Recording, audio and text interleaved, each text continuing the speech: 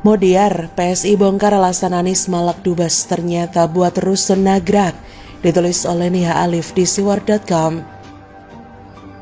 Benar-benar tak disangka ternyata urat malu Gubernur Edan benar-benar sudah putus dan kian parah. Surat yang beredar mengenai permintaan pada Kedubes untuk penanganan COVID-19 nyatanya adalah anggaran untuk satu rusun saja. Dan itu pun nilainya jauh lebih kecil dibanding dengan anggaran jalur sepeda Senayan Tamrin, TGUPP, apalagi fee Formula E yang tak jelas rimbanya. Apesnya kini kader PSI ternyata menemukan adanya kesamaan daftar kebutuhan rusun nagrak dan yang dikirim ke Kedubes. Angkanya pun tidak ada 1/1000 APBD DKI. Halo, selamat datang di channel Tokoh Politik. Sebelum berlanjut, silahkan untuk klik tombol subscribe dan nyalakan loncengnya agar Anda yang pertama kali mendapat informasi dari kami. Entah bagaimana pola pikir Anies sehingga bisa mempermalukan bangsa kita sedemikian rupa, atau memang sengaja berbuat demikian agar Jokowi jadi bahan cemooh negara lain. Pasalnya, kita yang waras dengan sadar dan tahu kelakuan minus Anies semenjak dipecat Jokowi. Tapi bagaimana dengan negara lain atau media luar? Jelas saja upaya Jokowi mendatangkan vaksin puluhan juta hingga menyumbang ventilator ke India musnah seketika akibat Gubernur Bahlul. Berikut beberapa cuitan kader PSI yang geram akan tingkah lakunya. Tulis @uki23, ternyata Pak Anies Baswedan minta itu cuma untuk nutupin 5,2 miliar. Tentu untuk level individu angka ini besar, tapi untuk Pemprov yang anggarin jalur sepeda Senayan Tamrin 30 miliar rupiah, TGUPP hampir 20 miliar, Formula E 1 triliun, angka 5 miliar ini gak ada apa-apanya. Saya mencoba menghitung kebutuhan anggaran Pemprov DKI Jakarta untuk memenuhi kebutuhan rusun nagrak sesuai daftar. Ternyata tidak sampai 5,2 miliar. Bandingkan dengan APBD DKI 2021 yang mencapai lebih dari 84 triliun rupiah. Seharusnya tidak perlu sumbangan Pak Anies Baswedan, cuit segi tweet sambil mencantumkan tabel berikut. Sebelumnya, para pegiat media sosial habis-habisan menyerang Anies. Dari Ferdinand dan Denny Siregar terus mempertanyakan permintaan sumbangan yang miskin etika. Betapa kurang ajarnya Anies hingga menyuruh-nyuruh dubes negara lain memikirkan ekonomi kita. Ibarat saat kita berumah tangga, tentunya akan berpikir panjang kalau mau minta uang ke orang tua. Apalagi tiba-tiba minta sumbangan ke paman, bibi, Pak D, atau Bude tanpa sepengetahuan orang tua. Ini artinya secara tak langsung kita jadi anak durhaka karena telah mempermalukan keluarga.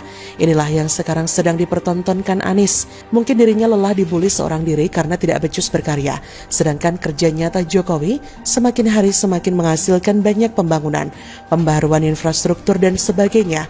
Harusnya Anies bersaing dengan membanggakan infrastruktur baru, tingkat pemberian vaksin yang tinggi atau yang lain sebagainya. Bukan malah bermain kotor dengan mencoreng nama baik atasannya dengan ketidakbecusan dan kekurang ajarannya. Anies harus legowo kalau dirinya tidak becus kerja. Jangankan melewati kinerja Ahok dan Jokowi, menyamai Gibran dan Bobi saja mungkin tak mampu. Kita tahu anak dan mantu Jokowi cukup mengagetkan media dengan ketegasannya dalam mengambil kebijakan baru-baru ini. Apalagi Gibran yang terlihat menyindir Anies saat diberitakan bahwa ia menyebut penghargaan yang diberikan adalah buah kerja pendahulunya. Ini jelas-jelas antitesa Anies yang selalu tampil di depan mengklaim hasil jeripaya Jokowi, Ahok semisal dalam pembangunan MRT dan LRT. Semoga saja DPRD DKI tidak ikutan masuk angin seperti yang ditakutkan Ferdinand. Kalau lembaga yang paling punya kuasa menghentikan sikap ugal-ugalan Anies ternyata mandul, bagaimana dengan rakyat biasa seperti kita? Meski mereka harus berhadapan dengan pendukung Anies, itu lebih baik ketimbang bersikap seperti pecundang. Contohlah Firly yang akhirnya berhasil mendepak novel meski dirinya jadi bulan-bulanan seluruh Indonesia.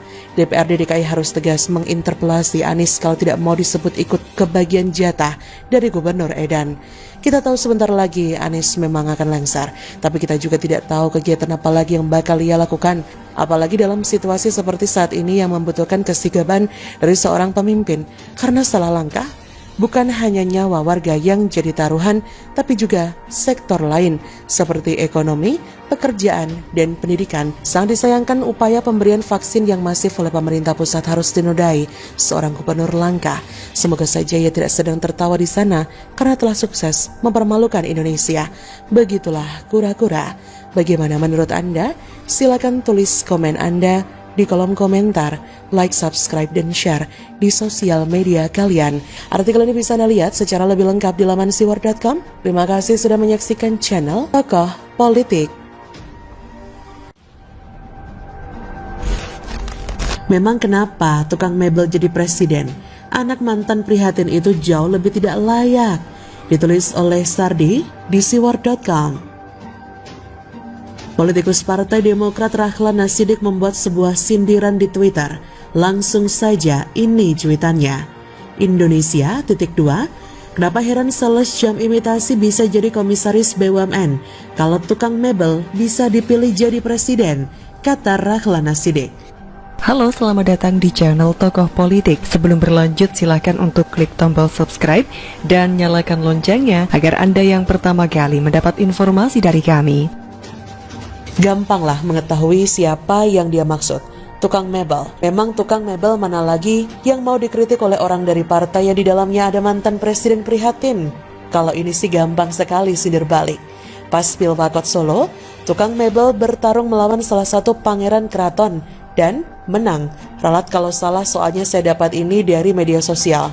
Pas Pilgub DKI, tukang mebel ini bertarung melawan akademisi dan dia menang. Pas Pilpres 2 kali dia melawan seorang jenderal, 2 kali itu pula ia menang. Itu artinya mau apapun kayak profesinya, kalau sudah dipercaya oleh rakyat, siapa yang bisa menolak? Bahkan tukang prihatin sang pencipta lagu pun tidak berkutik. Toh tukang mebel ini juga dipilih oleh mayoritas rakyat. Terbukti, dia sampai hari ini tidak pernah kalah dalam pemilu dimanapun, baik itu pemilihan wali kota, pemilihan gubernur, hingga pemilihan presiden. Justru yang heran dengan kenyataan ini adalah para barisan sakit hati karena tidak rela orang yang dibencinya menang dan berkuasa. Cuitan Rahlan sendiri pun banyak mendapat kritikan. Ada yang menilai Rahlan menghina profesi dan juga menyeratkan orang kecil tidak boleh bercita-cita setinggi langit, seolah orang yang berasal dari kalangan bawah tidak berhak jadi pemimpin. Begini ya, kalau menurut logika orang ini sungguh heran sales jam jadi komisaris BUMN, sungguh heran tukang mebel jadi presiden, maka orang tak punya pengalaman politik yang mundur dari militer pun tak cocok jadi gubernur DKI. Apalagi jadi presiden. Lebih lucunya lagi, orang ini dipaksa banget untuk jadi gubernur yang untunglah disikat rakyat dengan kalah telak di putaran pertama. Hahaha, kasian banget deh. Segala sesuatu yang sudah terjadi pasti karena kehendak Tuhan. Tidak ada yang bisa melawan kehendak itu, kecuali kelompok sakit hati dan kadrun yang tak bisa menerima kenyataan. Jadi kalau menurut logika kacau orang ini, harusnya kita heran kenapa pebisnis kaya bisa jadi seorang presiden USA. Harusnya kita heran kenapa anak petani bisa jadi presiden di negara ini selama 32 tahun. Harusnya kita heran kenapa ada mantan presiden yang katanya hebat, tapi bisa bikin candi mangkrak seharga triliunan rupiah. Cuma bisa bikin lagu, gak tembus billboard chart pula. Lebih herannya lagi kenapa ada anak mantan presiden yang tidak punya pengalaman politik terjun langsung ke politik sebagai calon gubernur ibu kota. Dan setelah gagal total secara memalukan, malah bernafsu mau jadi capres dan istrinya juga suka marah-marah kalau diserang. Sungguh sebuah keheranan kan? Kalau mau pakai logika yang pas, harusnya calon presiden harus sesuai dengan jurusannya saat kuliah. Misalnya ilmu politik dan sejenisnya. Tapi kenyataannya tidak selalu seperti itu. Apalagi masa lalu seseorang tidak bisa jadi patokan untuk menggambarkan masa depannya. Tapi itu semua takdir dari Tuhan. Sedangkan Rahlan ini ingin membuat sebuah opini sesat kalau tukang mebel seharusnya tidak jadi presiden. Harusnya anak kecil tak berpengalaman yang boleh jadi presiden langsung, begitukah? Lihat tuh, ketum partai yang bernafsu jadi presiden sudah pantas belum? Mungkin dari caranya ngomong ini terkesan mau so eksklusif dan sombong. Terkesan hanya orang-orang tertentu saja yang boleh jadi pemimpin. Ya iyalah, soalnya kan ada ketum yang dilindungi sehingga tidak bisa diprotes apalagi dilensarkan. Seolah ketum partai itu hanya milik anak-anak mantan presiden dan terus turun-temurun. Kalau mau bicara keheran-heranan, tuh pengecut cabul yang mulutnya kotor tapi bisa dianggap sebagai tokoh agama dan pengikutnya banyak pula, itu baru boleh heran. Atau gubernur tidak becus bekerja yang menangnya dibantu oleh gerombolan munafik yang mengancam warga pakai jenazah. Itu jauh lebih tidak layak. Terbukti sekarang amburadul malah mengemis-ngemis pada dubes negara lain untuk membantu penanganan COVID-19 di rusun. Bagaimana menurut Anda? Silahkan tulis komen Anda di kolom komentar, like, subscribe, dan share di sosial media kalian. Artikel ini bisa Anda lihat secara lebih lengkap di laman siwar.com. Terima kasih sudah menyaksikan channel Tokoh Politik.